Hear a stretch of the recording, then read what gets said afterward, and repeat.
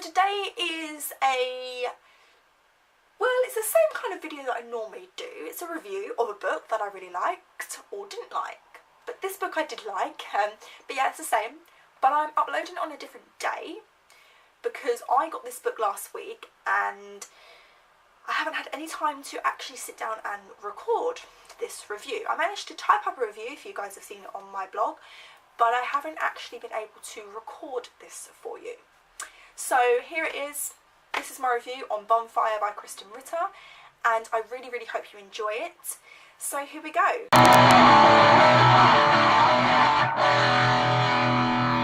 This is my review on the book called Bonfire by Krysten Ritter.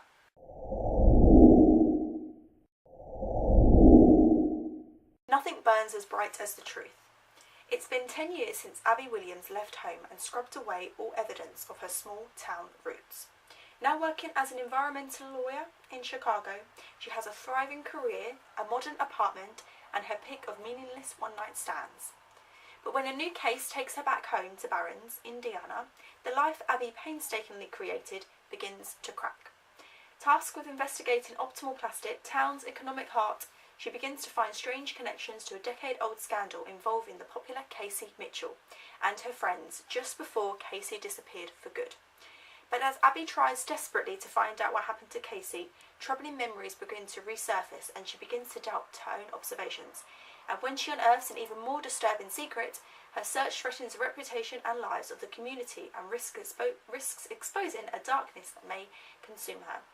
With tantalising twists, slow burning suspense, a remote rural town and 5 catastrophic miles, Bonfire is a dark exploration of what happens when your past and present collide. Ooh!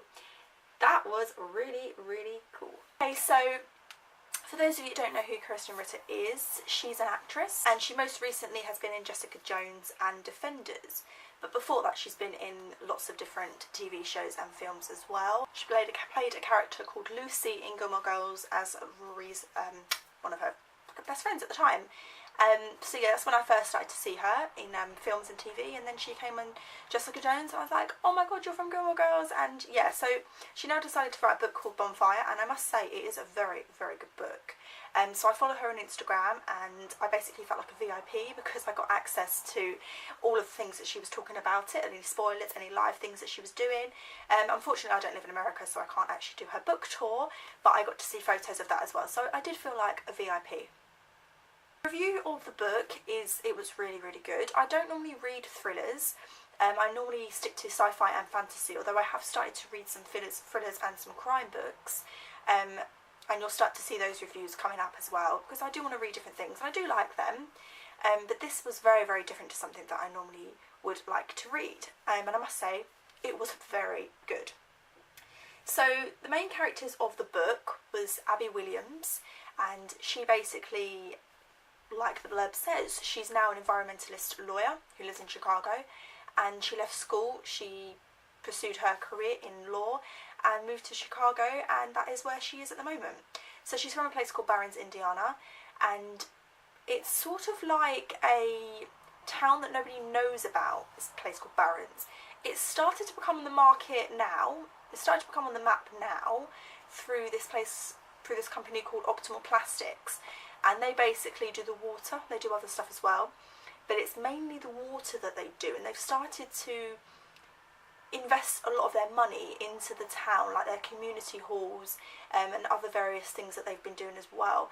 So a lot of people do really like Optimal Plastics. It's something that's put them back on the map. They've got now tourists, and it's weird because Krysten Ritter is in Gilmore Girls. I did imagine a town like that. I mean, I've never been to America, like I said, so I don't know what these towns are like, only through photos. So I do imagine a small town with various types of shops, like an arcade, which you don't really get in Britain.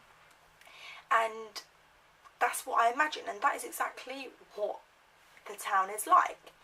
So in this place, Barrens, there is a school, and that is where Abby Williams went to.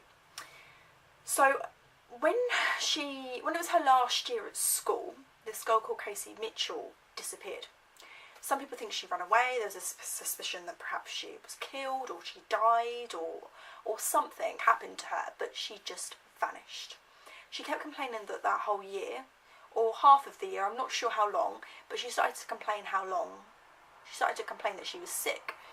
And within her group, there are 4 other girls, and the other girls in her group all started to complain that they were sick as well. So everyone seemed to think that they were just doing it for attention, and they thrived on the attention of other people. So if all 4 girls are sick, what are they going to have? Attention. So Kaycee Mitchell started to complain she was ill. The girls started to complain they were ill as well.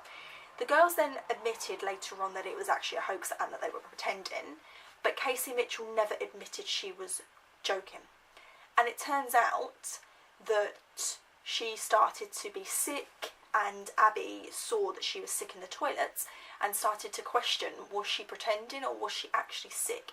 And Abby always had in the back of her mind that she was actually sick. But why were they sick? No one knows. Now they've started to have cases with optimal plastics where things have been going wrong, like the water.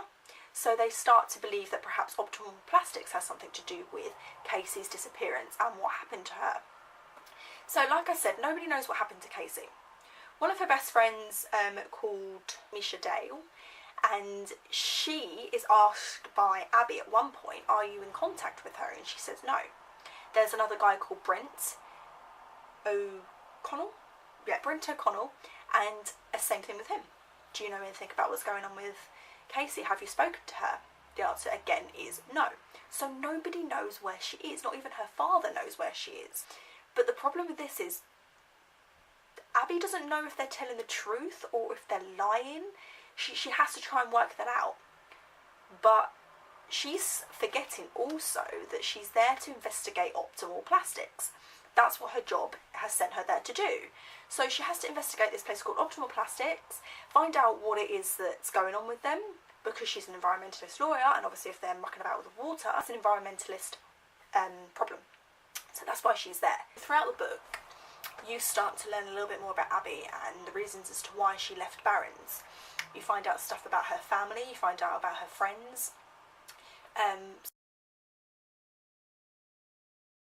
You find out that her mother died when she was younger of cancer, and although her father and her do love each other, there is this love there.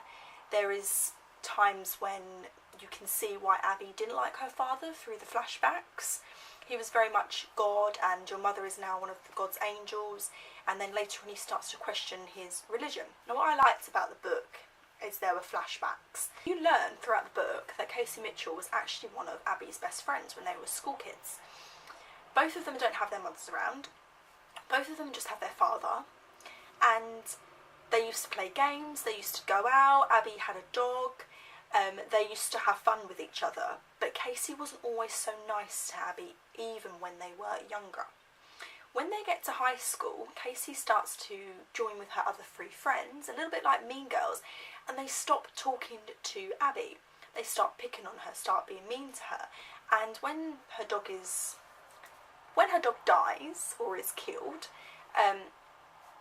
it's tormented in her face about that. They start to have these names for her, they start to pick on her, they start to bully her, so she doesn't have the best high school experience, which is another reason why she really wants to leave Barrens. Facts as well, you meet characters within the town that Abby remembers from when she was back in Barrens, and there's a few flashback moments with them as well. So it's not just based on Abby and this girl called Kaycee. Although we don't ever actually see Kaycee, because we have these flashbacks, we do see her in those flashbacks, so it is like she's alive in the book. So basically, the way that it's written is you're experiencing those flashbacks as if it's a reality to you as well as Abby. And it's written so wonderfully that you do get that impression, you do feel the things that Abby is feeling. When she's having her hangovers, when she's having her meltdowns, when she's having her moments, you feel exactly what she's feeling. It's written so perfectly. She has to go back into her memories. She has to face old foes, she has to face old enemies, she has to face all these things to figure out what is going on in Optimal Plastics and why it's linked to Kaycee Mitchell. People in her team don't believe it's got anything to do with this girl called Kaycee Mitchell. Yes, of course, she said she was ill, so you can sort of use that as like a reference, a backup to something. But because they're not sure if Kaycee was actually telling the truth, you can't actually use it as evidence. You can use it in the back of your mind to think something's happening, but you can't take it to court and use it to shut down Optimal Plastics. A lot of people in the town love Optimal Plastics because of what they've been doing for the community, but there are a lot of people that are perhaps in the poorer end that don't like it. For example, there's this boy who's now got a rash all over his body, and they've been told that it must be like the detergent that the woman's using, but actually it's the water that she's using. So it kind of seems as if Optimal Plastics aren't doing what they should be doing, which is affecting other people, which could be linked to Kaycee Mitchell. However, there is a lot more than meets the eye to this book. It's not just about Kaycee Mitchell, it's not just about Optimal Plastics. There is a lot more within the story, which I'm not going to spoil for you. I didn't think that anything like this would happen in the book at all. It didn't even cross my mind. I thought it was something to do with Kaycee Mitchell and Optimal Plastics, and that was the end of it. But there is more to it. There are more characters involved in this book, and you have to read it. But Krysten Ritter has written such an amazing, complex book that you have no idea what's going to happen until you get to the end. And it was so good that I couldn't put it down. I was constantly reading it at work, on the way to the bus, on the bus, at home, on my lunch breaks, even when I was going into the bathroom. I just could not stop reading this book. It was so, so good. So for that reason only, you have to read this book, because the thriller, the suspense, the twist to it and the plot is just fantastic, and I wish I could tell you more about it, but I can't because I would be ruining everything for you, and the whole build-up of the book is the reason why the book is so good. So nothing burns as bright as the truth, and I mean it when I say this, that this book was amazing, and that is the truth. So please, please buy Krysten Ritter's book. It's so, so good. And I seriously believe that she needs to write another book. It doesn't have to have anything to do with this book, because this book is complete, but she needs to write a thriller just like this, because she's an amazing author and it's fantastic. Okay, so the book was Bonfire by Krysten Ritter. It's 288 pages, but it doesn't feel like that, honestly. Because 288 doesn't seem a lot when you think about how the Harry Potter series was. So the subject was Barrens Optimal Plastics, and it's set in a place called Barrens, Indiana, and also her flashbacks. So the time period is now. The main characters were Abby Williams, Kaycee Mitchell, Dave Condor, and Brett O'Connell. The main events was Abby comes home after 10 years after being in Chicago. She's an environmentalist lawyer and is investigating Optimal Plastics, who are in Barrens. The most exciting part was I'm getting so excited. See, exciting part was when things start to come together and you start to find out what actually happened to Kaycee Mitchell and why Optimal Plastics are actually linked, and basically the flashbacks. It's great to see those flashbacks and how they all puzzle together and complete the story for you. And the summary: Optimal Plastics are dodgier than it's believed to be. That's kind of a spoiler, but I think we can kind of gather that Optimal Plastics are doing something that they shouldn't be doing, because why else would she be investigating it? And I'm not going to say the next bit, because that will spoil everything.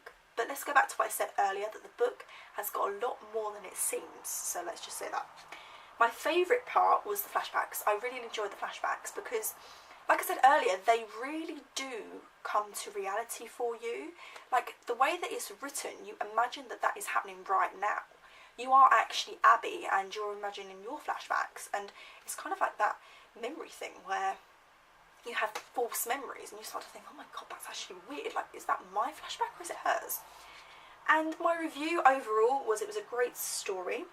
You never knew how complex the information was. It's a lot more than meets the eye, much like Optimal Plastics. Wow.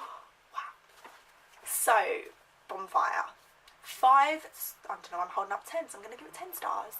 No, 5 stars out of 5, because it was a great book. I feel like I'm giving quite a lot of books 5 stars, and maybe I'm just in a really, really good mood, or actually they're really, really good books. I think they're very, very good books. I have given some books like a 3-star before.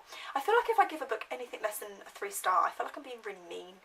Like, I want to give my honest review, but I just feel like the author has spent a lot of time and a lot of effort trying to get a book published and to write a really good story. So I feel like if I give anything less than a 3, it's not good. I have read books before where I just couldn't get into it, and unfortunately I have to give you like a 2. but I don't think I'll ever give anyone a 1 star because you've tried, you've made a book published, there's obviously something good about it. So yes, 5 stars out of 5 stars for my thriller slash crime slash, what else did I say it was? My thriller slash crime slash mystery book series playlist thing. 5 stars. Okay, so yay, 5 stars. So thank you so much for watching this, and I will see you guys next week. Bye.